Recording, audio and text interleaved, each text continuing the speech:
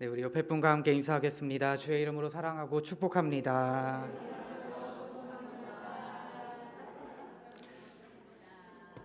네, 우리 수요 저녁 예배 나오신 여러분들을 환영하고 축복합니다. 여러분, 우리가 지난주 수요일까지 12주 한 3달 기간 동안에 그리스도의 몸된 교회 공동체에 대한 그 여러 가지 말씀들을 함께 나누었습니다. 하나님의 마음에 합한 교회라는 제목을, 큰 제목을 가지고 함께 말씀을 나누었는데, 오늘 우리가 하나님의 마음에 합한 사역이라는 이제 새로운 주제를 가지고 함께 또 새롭게 말씀을 나눠보기를 소망합니다. 여러분, 우리가 신앙생활하면서 사역이라는 말을 자주 듣기도 하고 또 사용하기도 합니다. 그런데 사역이라 함은 여러분 어떠한 일들이 먼저 떠오르시는지 모르겠어요. 오늘 재무부 헌신 예배를 드리셨는데 교회에서 어떤 재정을 보는 재무의 일과 또는 봉사를 한다든지 차량 운행을 한다든지 교육을 한다든지 이렇게 우리가 흔히 사역이라 하면 어떤 교회에서 하는 일들을 가장 먼저 떠올리고 생각하기가 쉬울 것 같습니다. 하지만 여러분, 우리 하나님께서는 단지 이 교회 안에만 계신 분이 아니라 사실 우리가 이 땅의 모든 살아가는 모든 곳의 주인이시고 통치자이신 줄로 믿습니다. 그래서 사실 하나님의 일, 하나님의 사역은 단지 교회에만 국한되는 것이 아니라 우리가 살아 생활하는 그 모든 곳이 하나님의 일을 하는 사역지가 되는 줄로 믿습니다. 또 한 가지, 그렇다면 과연 그런 하나님의 사역을 누가 하는 것일까라는 것을 생각해 보면 우리가 흔히 목사나 전도사와 같은 어떤 교역자나 또 장로님이나 권사님과 같은 어떤 직분을 가진 사람들이 하나님의 사역을 해야 되는 것이 아닌가라고 생각하기 쉽습니다. 하지만 여러분, 꼭 이런 분들만 하나님의 사역을 하는 것은 아닙니다. 하나님께서는 오히려 그리스도인 된 우리 모두가 하나님의 일꾼이 되기를 원하시는 줄로 믿습니다. 여러분, 예수님께서 이 땅에서 하나님의 일을 하실 때에 이렇게 말씀하신 적이 있습니다. 우리 마태복음 9장 37절 38절의 말씀을 같이 읽어볼까요? 이에 제자들에게 이르시되 추수할 것은 많되 일꾼이 적으니 그러므로 추수하는 주인에게 청하여. 그렇습니다. 이 말씀과 같이 여전히 오늘날에도 추수할 것은 많고 또 하나님의 일은 많아서 하나님께서는 보낼 일꾼을 찾고 계시는 줄로 믿습니다. 그러므로 이 사역은 단지 교역자나 직분자만 하는 것이 아니라 그리스도의 몸된, 그리스도의 일꾼된 우리 모두 그리스도인들이 해야 하는 줄로 믿습니다. 여러분, 이렇게 우리가 사역의 지경을 교회의 활동 너머로 조금 더 확장시키고 또 교역자나 직분자만 아니라 그리스도인된 우리 모두를 사역자로 생각을 했을 때에 우리 모두가 가장 먼저 마주하는 사역지가 한 곳 생기게 됩니다. 여러분, 그곳이 어디일까요? 바로 가정입니다. 그렇습니다. 그리스도인의 가정은 하나님의 일을 하는 사역지가 되어야 하는 줄로 믿습니다. 그런데 이렇게 그리스도인의 가정을 사역지라라고 말하면 우리 마음에 조금 뭔가 불편하고 어려움이 조금 있지 않을까 싶어요. 왜냐하면 여러분, 가정하면 어떤 느낌이 떠오릅니까? 편안하고 안락하고 쉼이 있고 또 솔직히 말해서 가면 아무것도 하기 싫고 그런 장소인데, 그것을 사역지라고 하면요, 거기서 뭘 해야 될 것 같고 노력해야 될 것 같고 또 힘을 써야 할 것 같은 느낌이 들기 때문입니다. 하지만 사랑하는 성도 여러분, 마치 일하지 않고 또 수고하지 않은 밭에서 아무것도 소득을 기대할 수 없듯이 가정의 행복과 평화도 결코 저절로 주어지는 것이 아닐 것입니다. 아마 여기 계신 분들도 가정의 행복과 평화를 위해서 때로 나를 희생하고 나의 희생을 감수하고 수고한 적이 분명히 있을 것입니다. 그런데 특별히 우리 믿는 자들에게 가정의 참된 행복과 평화는 단지 저 세상의 것으로만 충족되는 것이 아니라 하나님께서 주시는 복으로 되는 줄로 믿습니다. 그러므로 우리 그리스도인들의 가정은 더욱 하나님의 일을 하고 또 그로 말미암아 하나님께 복을 받는 하나님의 사역지가 되어야 하는 줄로 믿습니다. 그래서 우리가 오늘 함께 말씀을 나누시면서 우리 그리스도인들에게 과연 가정이란 어떤 의미를 가지고 또 그 안에서는 어떤 일들과 사역들이 함께 이루어져야 하는지 살펴보기를 원합니다. 그래서 바라기는 우리 부평제일교회 모든 가정이 하나님께 복을 받으시고 또 하나님께서 기뻐하시는 그런 가정 될 수 있기를 간절히 축복합니다. 여러분, 먼저 우리 그리스도인들에게 가정은 어떤 의미를 가질까요? 사실 꼭 신앙적인 영역에서만이 아니라 일반적으로도 가정은 아주 소중하고 귀중한 그런 공동체와 집단으로 여겨집니다. 비록 시대에 따라서 가정의 기준이나 형태 같은 것들이 약간씩은 변하고 또 의미 같은 것들도 변하지만, 그럼에도 불구하고 가정은 여전히 우리 사회 안에서 아주 중요한 어떤 공동체로 여겨지고 있습니다. 예를 들어서 한국 맥도날드에서 실시한 설문조사가 하나 있는데요. 거기에 따르면 한국인들이 행복이라는 말을 듣고 가장 먼저 떠오르는 단어가 뭐였냐면 가족이라는 단어였대요. 그뿐만이 아닙니다. 또 요즘 혼자 밥을 먹는 혼밥이 아주 일반적인 문화가 되었지만, 그래도 아직까지 한국인들은요, 혼밥보다는 같이 먹는, 가족끼리 같이 먹는 식사를 더 선호하고 좋아한다라고 합니다.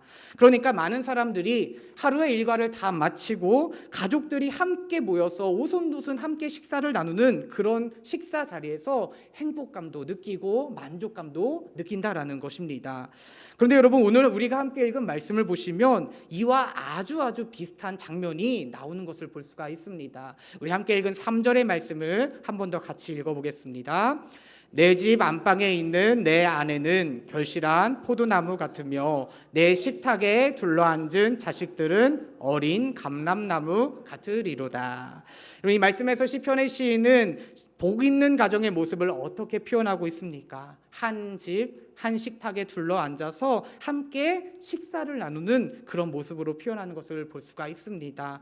결실한 포도나무와 같이 풍성한 기쁨을 주는 아내가 있고, 어린 감람나무와 같이 존귀하게 자라나는 자식들이 한 식탁에 둘러앉아서 함께 식사를 나누는 것이 복 있는 가정이다라고 말하고 있습니다. 앞서 우리가 살펴본 그 설문조사에서 오늘날의 사람들이 생각하는 행복의 모습과 크게 다르지 않은 것 같습니다. 이런 것을 보면요, 사실 아무리 세월이 변하고 또 시대가 흘러도 사람들이 행복을 느끼는 부분은 참 비슷한 것 같아요.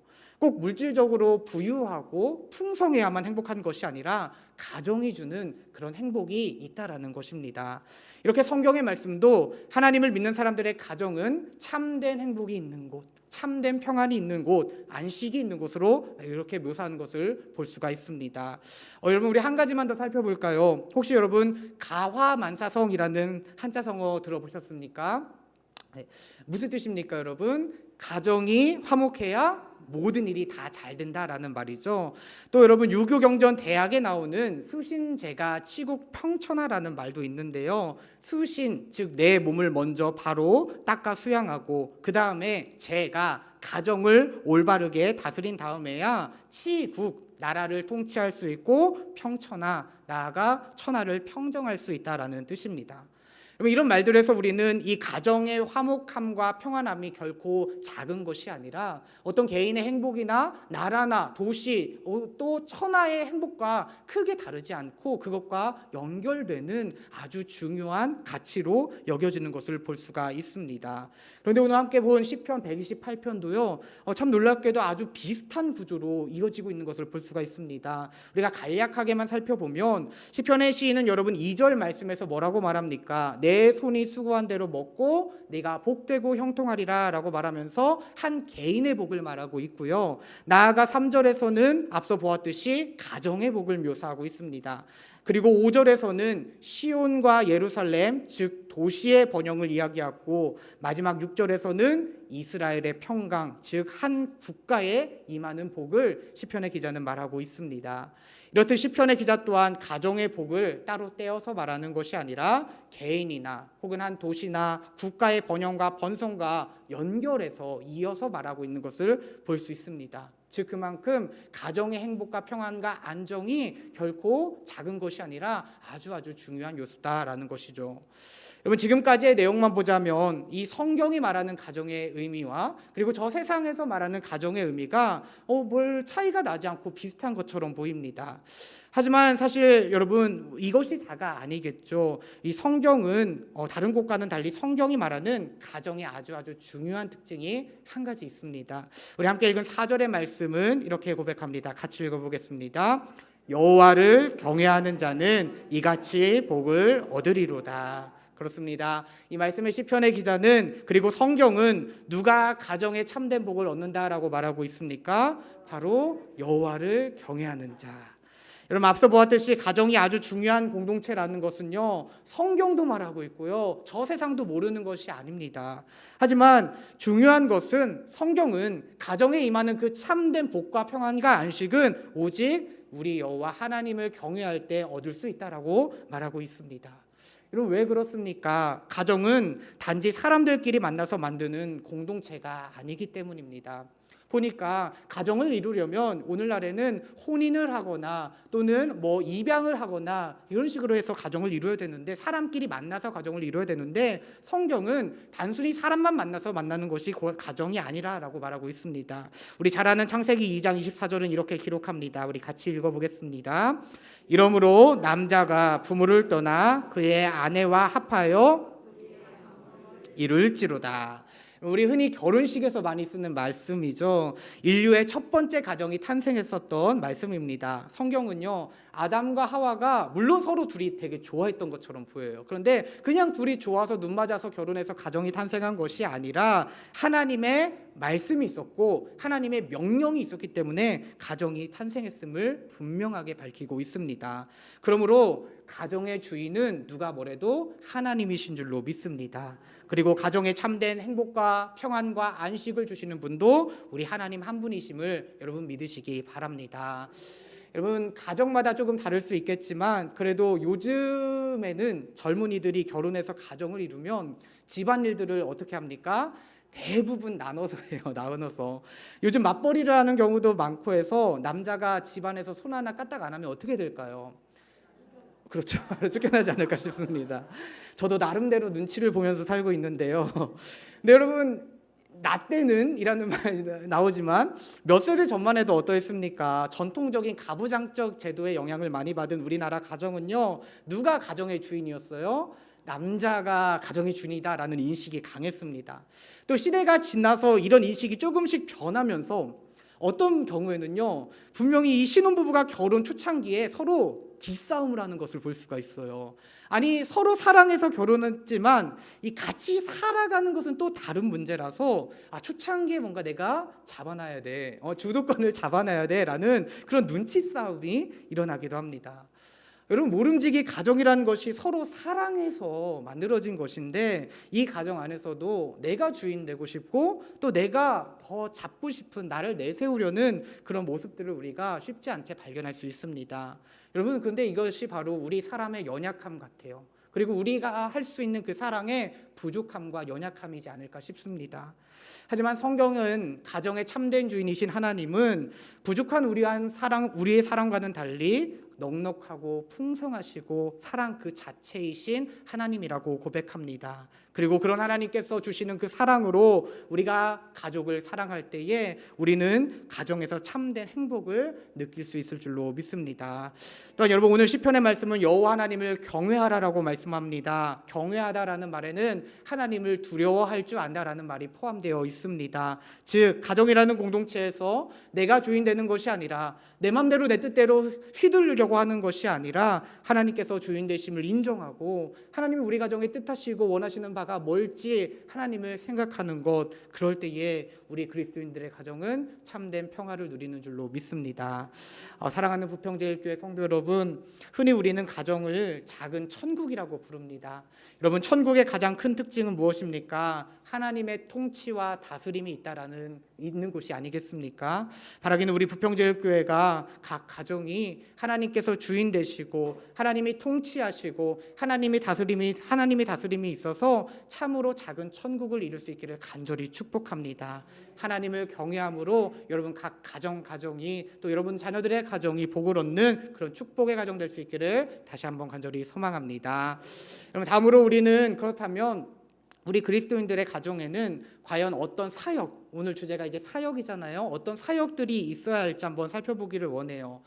여러분, 가정에서 할 수 있는 사역이라 하면 당장 머릿속을 떠오르는 몇 가지 사역들이 있습니다. 우리가 지난달 5월달 가정의 달을 맞이해서 가정에서 가정 예배를 드릴 수 있도록 예배문을 발간했는데, 그런 가정 예배가 있을 것 같고요.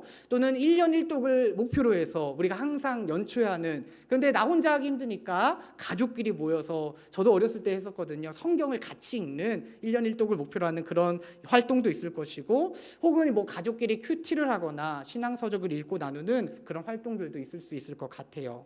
근데 여러분, 이렇게 가정에서 할 수 있는 어떤 신앙의 활동들은 참 많이 있지만, 그런데 사실 성경에서 말씀하시는 가정사역의 핵심은 결국 단 한 가지를 목적으로 하고 있습니다. 바로 신앙의 교육과 전수입니다. 오늘 함께 읽은 5절과 6절의 말씀은 이렇게 말씀합니다. 같이 한번 보겠습니까? 여호와께서 시온에서 내게 복을 주실지어다. 너는 평생에 예루살렘의 번영을 보며 내 자식의 네, 여러분 6절 말씀을 보니까 여호와를 경외하는 사람은요, 자식의 자식 누구예요? 손주잖아요. 손주를 볼 거다라고 말해요. 물론 기대 수명이 당시에 짧았던 터라 손주를 본다라는 말이 장수를 의미하는 그런 축복으로 여겨질 수도 있을 것 같습니다. 그런데 이 말씀의 앞뒤 구절을 보시면요, 시인은 이 장수의 축복과 함께 예루살렘의 번영과 그리고 이스라엘의 평강을 함께 말하고 있는 것을 볼 수가 있습니다. 즉 자식의 자식을 본다라는 복은 예루살렘의 평강과 이스라엘의 평강과 같이 이루어진다라는 거예요.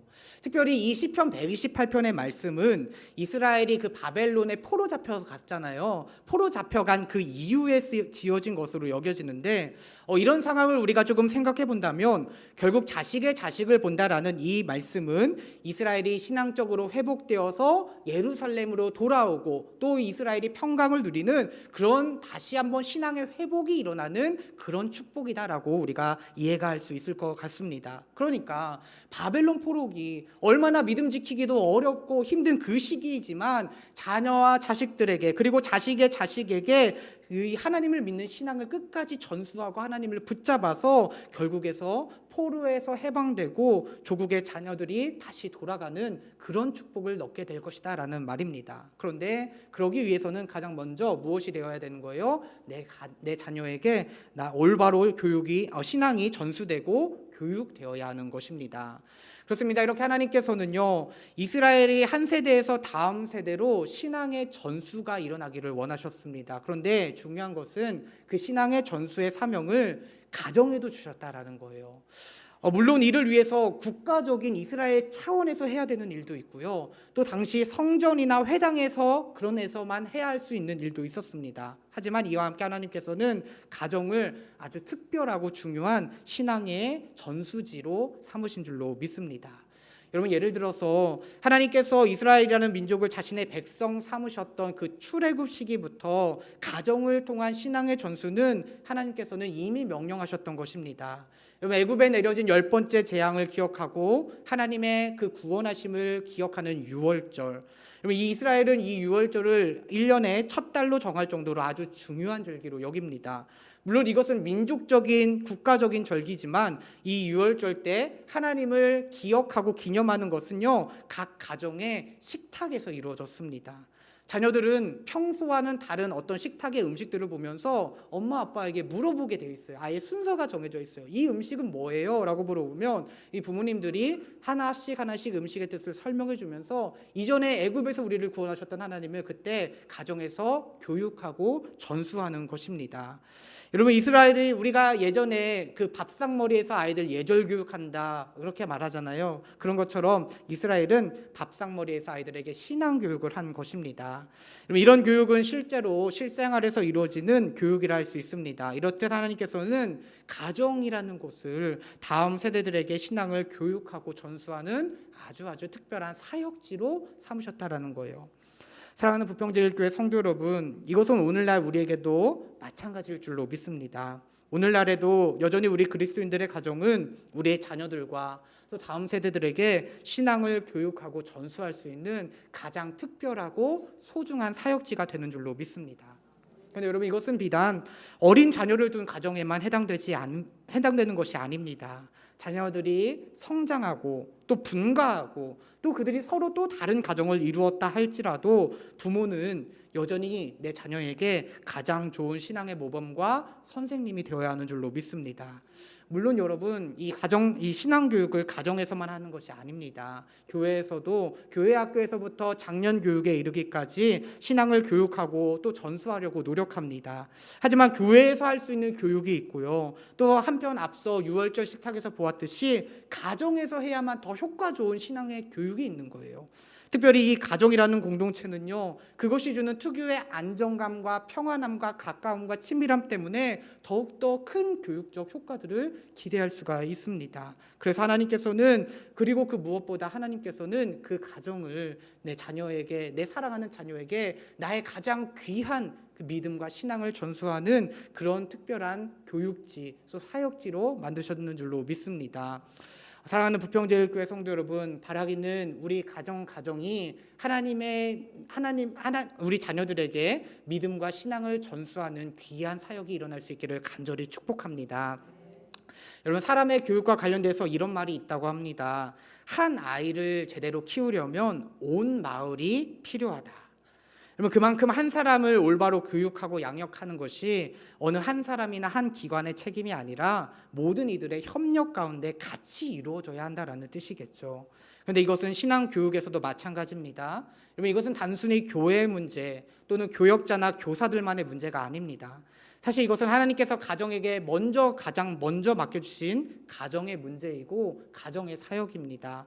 내가 자녀를 그토록 사랑한다면 그 자녀에게 가장 귀중한 그 신앙의 교육에 있어서 가정이 절대 빠져서는 안 될 줄로 믿습니다. 그러므로 우리 그리스도인들의 가정에서 더 이상 이 사역을 외면하지 않을 수 있기를 소망합니다. 여러분들의 자녀가 믿음과 신앙을 위해 여러분 더욱 기도하시고, 또 부모로서 여러분 본을 보여주시고, 또 여러분이 직접 선생님이 되셔서 자녀들에게 신앙을 교육하고 전수할 수 있는 그런 공동체가 될 수 있기를 축복합니다. 그래서 바라기는 우리 부평제일교회가 각 가정이 이 귀한 사역을 감당하는 가정, 그리고 신앙의 대를 이어가는 가정, 하나님의 마음에 합한 가정이 될 수 있기를 다시 한번 간절히 축복합니다.